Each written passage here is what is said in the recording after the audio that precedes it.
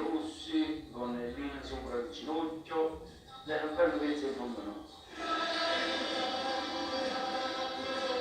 Hanno fatto il top, il top.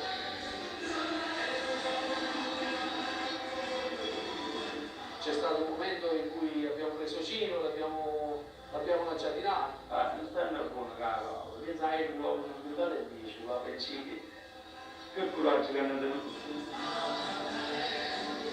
Poi dopo Cino l'ha fatto 2 volte.